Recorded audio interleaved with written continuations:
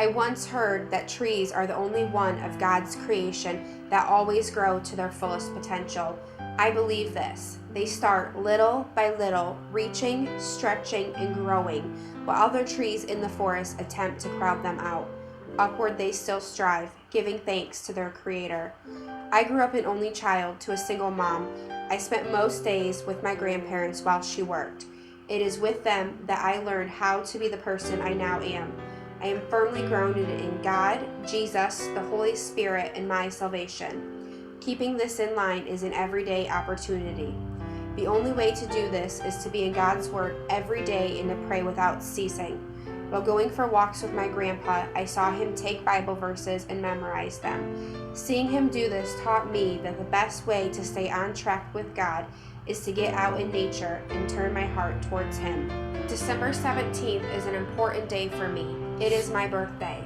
It was also my grandma's birthday. I could tell her anything. She was my best friend. On the first warm day of spring, my grandma would pack us up and we would go into the woods to look for the first flowers of spring. We would stay all day immersed in God's creation. These times were always special to me. I still do this by myself on the first warm day of spring.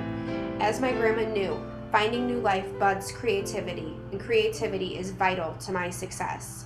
My grandparents owned a pharmacy in our small town before I was born. Their community was important to them. If a family couldn't afford a prescription and really needed it, they would give it to them at no cost. Because of their love and kindness, I was known as Harley and Dorothy Marvin's granddaughter. I loved it. From this, I learned community is important, to love everyone, no matter their background, and to help those in need. Another practice in our family was on dinner. Instead of going out to eat or purchasing easy food for convenience, we cooked. We used vegetables from our garden, and everyone in the family helped out. By dinner time, my mom would be home, and we would sit and eat as a family. Now that I am an adult, I feel my best and deliver my best results when I take the time to do this. It forces me to slow down and breathe. Having such strong examples in my life gave me a growing, thriving, independent spirit. Witnessing how my grandparents and mom lived their lives showed me how to live mine. I am not swayed by others easily into doing what they want. I stand my ground and go with my gut instinct. My mom worked hard to give me all she could. I did not have everything my friends had, but I learned that that was okay.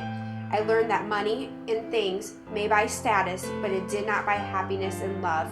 I had all the happiness and love anyone could ask for at home. As long as I can remember, I have been listening to my gut instinct. I did not tolerate kids at school getting picked on. I always stood up for them. Later in high school, at the risk of not being cool, I did not do what everyone else was doing. Instead, I ran, not on a team, but for personal gain and to stay in shape for soccer. Like my grandpa did on his walks, I used this time to focus and listen to God. It helped me to clear my mind. Now that I am an adult, I do the same.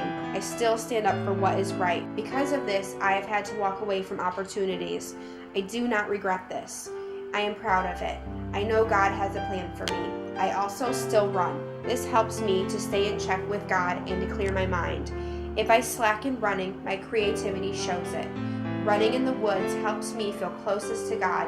It's also a good way to quiet my soul and bud my creativity. Now that my grandparents have passed, there isn't a day that goes by that I do not think of them and thank God that I was born into their family. I have a policy in my life. Short-term sacrifice equals long-term success. I will be successful. Upward, I will still strive, growing, reaching, and learning. Nothing will crowd me out. I will give thanks to my Creator.